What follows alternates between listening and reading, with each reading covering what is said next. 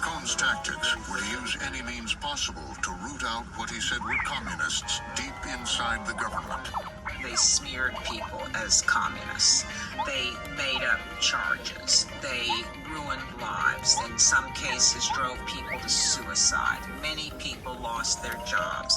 Cohn never felt guilty for any of it for a moment. It was sheer political and career expediency. After it all collapsed in shame and disgrace, Cohn returned to New York City, where his reputation as a ruthless attack dog and political fixer made him notorious. Roy Cohn had 20 years of being a really aggressive, no-holds-barred, go for the jugular, fight back. Anybody says something to you, throw it back at them guy. He was famous for that behavior. He was just what ambitious young Donald Trump was looking for. Trump hired him. The family and the Trump Organization and his father, Fred Trump, had been accused of racism in their housing practices. Trump's regular lawyers, the ordinary kinds of lawyers, tell him, settle it. Just move on, do the right thing. And he asks Roy Cohn about it. Roy Cohn says, don't settle it. Fight, fight, fight. You gotta fight.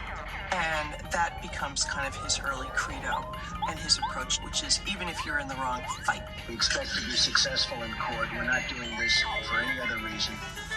They countersued the U.S. government for $100 million. In court filings, Cohn compared the Department of Justice to the Nazis, alleging Gestapo-like tactics. This is from 2017. In a pattern we can recognize from Trump's behavior to this day, attacking the accusers, attacking indeed the Justice Department as a way to sort of throw a smokescreen around the original crime. Cohn's suit against the Justice Department was thrown out. Trump forced to settle. They had lost. But in the press, Trump and Cohn declared victory. It was just like it didn't matter what the facts were. You know, this was a victory. We beat the government. It had nothing to do with reality. He's a counterpuncher. You know, boom, boom, boom. And admits nothing, never admit anything, never say you made a mistake. Just keep coming. And if you lose, declare victory. And that's exactly what happened there. He lost as clearly as you can lose, but he loudly proclaimed his victory. Cohn had given Trump a formula for survival and success. In lawsuits and life, Trump adopted Cohn's method. Always be on the offensive. You can't say that I give up very easily. Through more than 4,000 lawsuits, win or lose, Unanimous vote, we're very happy. Trump would rely on what Roy Cohn taught him. Not at all, we had a great victory, I'm happy as hell. Thank you very much. In the old days, the sport of kings and queens was horse racing. Now, it's litigation. And Donald Trump definitely plays that sport. And he plays it very well.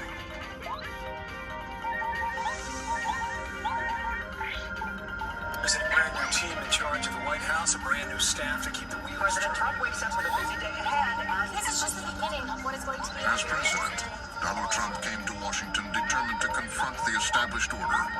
We are going to He'd use Roy Cohn's attack strategy, on the first business take on the powers that be, He's fighting with the media over brawl with critics and the media, now falsely accusing the press. sort out friend from foe. He's going to come in and he's just going to start action right away. He's not going to wait. He's not going to take his time. He knows what to do and he's going to fix everything. He's going to set the world right immediately. wild day at the Trump White House. President Trump's travel ban has been blocked at the port. Executive actions, tweets, firings. He's a man always in motion. He always wants things. But you know what? People aren't used to that. People aren't used to a president who's going directly to the American people with his Twitter feed. Had a lot of chaos and controversy here in Washington. Somebody leaks with impunity. In Washington, it was seen as chaos. But this was Trump's comfort zone. He was going to shake things up. He was going to move at a much more rapid pace. It's very tough for the bureaucracy to kind of keep up. It's a little bit of a whiplash. And there was a looming showdown with the FBI and James Comey. The two would face off again at a photo op. Trump Trump's dislike for James Comey was visceral. Comey was investigating the Russian collusion, and that made Trump extremely nervous. Partly it was the infamous briefing about the dossier that drove Trump crazy. Comey is standing in a blue blazer against blue drapes. That was not an accident. He is standing literally as far away from Trump as it is possible to be in that room. This time, Trump made it clear who was in charge. And the president calls him out and says, no, come here. So let's, and there's James.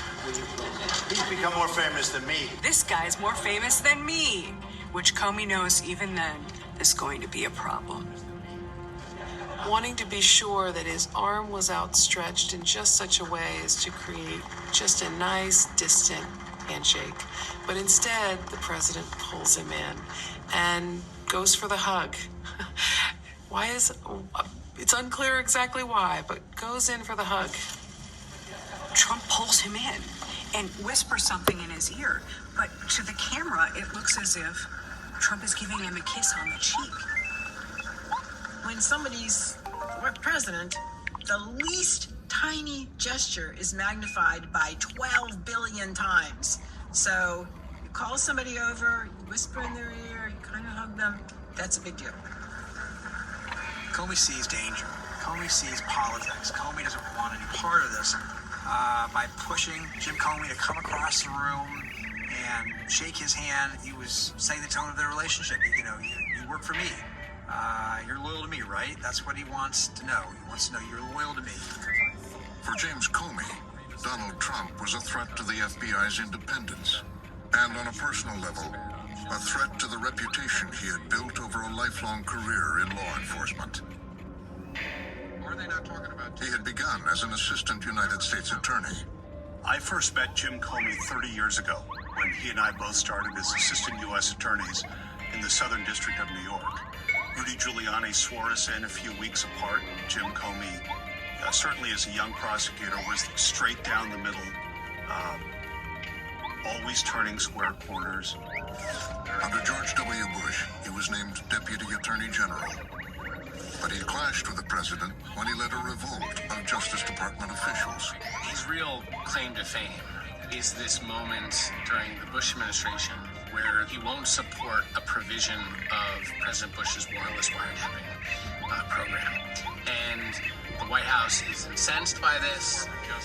He did feel strongly that it was the Justice Department's job to uphold the law, and in that situation he thought that it was clear.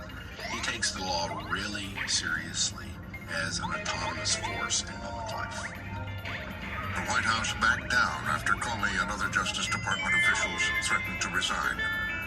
But then what happened next tells you a lot about Comey. It was Jim Comey who ultimately testified in a major way before Congress